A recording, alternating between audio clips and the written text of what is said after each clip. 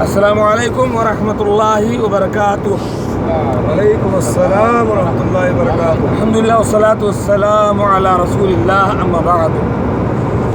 دوستو، ہم سفر بھی کر رہے ہیں اور چاہتے ہیں کچھ دینی گفتگو بھی ہوتی رہے۔ سب سے اہم چیز ایک مسلمان کے نزدیک یہ ہے کہ وہ توحید پرست بن کر کے رہے، ایک اللہ کی عبادت کرے، اس کے ساتھ کسی کو شریک نہ کرے، کیونکہ اللہ تعالیٰ فرماتا ہے ان الشرک لظلم عظیم، شرک بہت بڑا ظلم ہے اور شرک کرنے والے کی بخشش نہیں ہوگی۔ جب ہم یہ تقریریں کرتے ہیں تو کبھی کبھی لوگ اتنا تو جانتے ہیں شرک نہیں کرنا چاہیے، شرک حرام ہے، لیکن لوگوں کو پتہ نہیں ہوتا ہے کہ شرک ہے کیا چیز۔ کتنی بار میں ایک جگہ درس دینے گیا شرک پر، میں جب تقریر کر کے نکلا تو ایک لڑکا میرے پاس ہے، کہا مولانا یہ پورا شرک پر تقریر کر دی، آپ بتائیے شرک کیا چیز ہے۔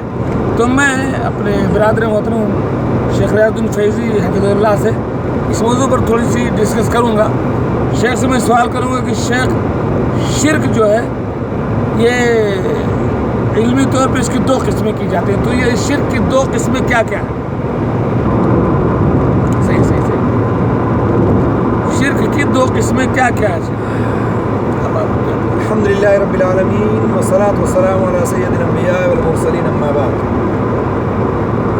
یہ بات تو واضح ہے بالکل کہ اللہ رب العالمین نے شرک کو سب سے بڑا گناہ قرار دیا ہے، اور قرآن نے اللہ نے کہا ہے کہ ان الشرک لظلم عظیم۔ شرک کی دو قسمیں ہیں، ایک شرک اکبر اور شرک اصغر، یہ دوسرا ہے۔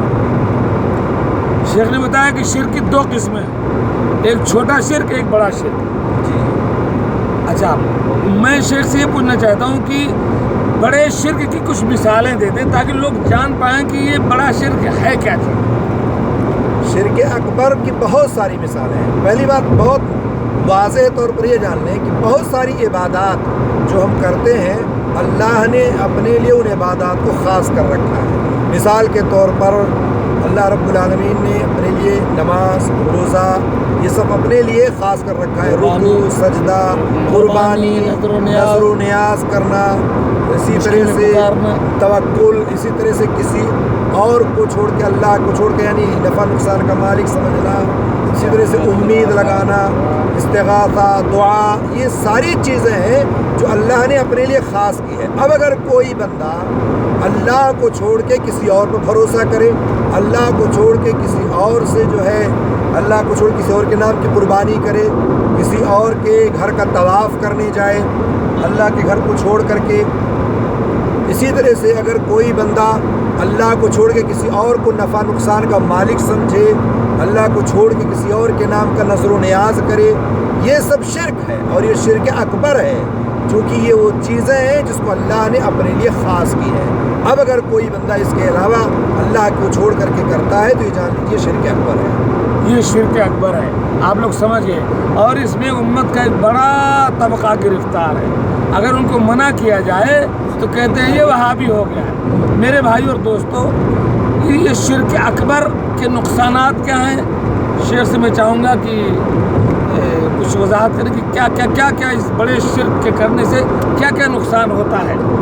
سب سے بڑا نقصان تو یہ ہے شرک کا، جو اللہ تعالیٰ نے قرآن میں کہا ہے، ان اللہ لا یغفر ان یشرک بہ ویغفر ما دون ذلک لمن یشاء۔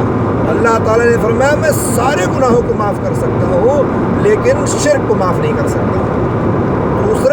دوسری جگہ اللہ تعالیٰ نے فرمایا کہ انہ من یشرک باللہ فقد حرم اللہ علیہ الجنہ ومأواہ النار وما للظالمین من انصار، کہ اگر کوئی شرک کی حالت میں مر گیا، توبہ نہیں کیا اس نے، تو یہ جان لے کہ اللہ رب العالمین نے اس پر جنت کو حرام قرار دے دیا ہے، اس کا ٹھکانہ جہنم ہے، اور ابد الاباد ہمیشہ ہمیشہ کے لیے وہ جہنم میں رہے گا۔ اس سے بڑا خسارہ کوئی ہو ہی نہیں سکتا ہے کہ آدمی شرک کی حالت میں مرے اور جہنم میں ہمیشہ چلا جائے، اس لیے یہ بہت بڑا خسارہ ہے۔ ان شرک کی موجودگی میں انسان کا کوئی عمل قبول ہوگا ہی نہیں۔ یہ بتائیے کہ یہ بھی جاننا ضروری ہے کہ ہم کوئی عمل قبول نہیں ہوگا، آپ کے عمل قبول نہیں ہوگی، آپ کی دعا قبول نہیں ہوگی، یا اسی طرح اور بہت ساری چیزیں، آپ کی عبادات ہیں جو کر رہے ہیں آپ اس کو اچھے سمجھ کے کر رہے ہیں، لیکن وہ اللہ کے قابل قبول نہیں ہوگی۔ کچھ سارا اللہ تعالیٰ فرماتا ہے اپنے حبیب سے، لیکن اشرکت لیحبطن عملک، اگر آپ شرک کریں گے تو سارے اعمال آپ کے برباد ہو جائیں گے۔ اب تصور کریں نبی کے بارے میں اللہ نے یہ بات کہی ہے، امام الانبیاء ہیں، خاتم النبیین ہیں، اللہ کے حبیب ہیں، ہمارے آخری نبی ہیں، اس کے باوجود بھی اللہ تعالیٰ باقاعدہ آگاہ کر رہا ہے کہ اے نبی اگر آپ بھی شرک کرو گے تو آپ کے بھی عمل ضائع ہو جائیں گے، برباد ہو جائیں گے۔ ہم اور آپ کس کھیت کے مولی ہیں؟ جو ہم اتنے بڑے بڑے شرک ہمارے معاشرے میں ہوتا ہے، وہ کیا سمجھتے ہیں کہ ہم معاف کر دیے جائیں گے، جنت میں چلے جائیں گے؟ ہرگز نہیں۔ شرک کی دوسری قسم بتلائی آپ نے، چھوٹا شرک، تو چھوٹے شرک کی بھی کچھ مثال دے دیں۔ شرک کی دوسری قسم ہے شرک اصغر، یعنی چھوٹا شرک، یہ بھی معاشرے میں بہت عام ہے، اور یہ شرک اصغر جو ہے دھیرے دھیرے شرک اکبر تک پہنچا دیتا ہے۔ ہم اس کو آسان سمجھتے ہیں، لیکن وہ دھیرے دھیرے ایسے راستے جو ہے ہوتے ہیں جو آپ کو شرک اکبر تک پہنچا، جیسے مثال کے طور پر قسم کھانا اللہ کو چھوڑ کے۔ اللہ کے رسول کی حدیث ہے من حلف لغیر اللہ فقد اشرک، جس نے اللہ کو چھوڑ کے غیر اللہ کے نام کی قسم کھائی اس نے شرک کیا۔ اب ظاہر سی بات ہے ہمارے معاشرے میں اللہ کو چھوڑ کے غیر اللہ کے نام کی قسم کھانے کا بہت زیادہ رواج ہے۔ کوئی اپنی ماں کی قسم کھاتا ہے، کوئی اپنے باپ کی، کوئی اولاد کی، کوئی روزی کی، کوئی یعنی اپنی غلے پہ بیٹھا ہے کھانا کھا رہا، یعنی اس طرح کی بے شمار قسمیں لوگ کھاتے ہیں۔ اور اللہ تعالیٰ نے صاف، اللہ کے رسول نے صاف کہہ دیا ہے کہ جب بھی قسم کھاؤ تو اللہ کی کھاؤ، اللہ کو علاوہ کی قسم کھائیں اگر آپ نے تو وہ شرک ہے، اور یہ شرک اصغر ہے، اس لیے قسم نہیں کھانا چاہیے۔ دوسری مثال یہ ہے کہ اللہ کے رسول نے باقاعدہ اپنی امت کو آگاہ کیا اور کہا کہ اخوف ما اخاف علیکم الشرک الاصغر، قالوا یا رسول اللہ وما یہ الشرک الاصغر، فقال الریا۔ اللہ کے رسول نے کہا کہ میں اپنی امت پر سب سے زیادہ جس بات سے خوف کھاتا ہوں، ڈرتا ہوں، وہ چھوٹا شرک ہے۔ صحابہ نے پوچھا اللہ کے رسول کیا ہے شرک اصغر کیا ہے؟ تو اللہ کے رسول نے کہا وہ ریا ہے۔ ریا مطلب دکھلاوا، ریا کاری کرنا۔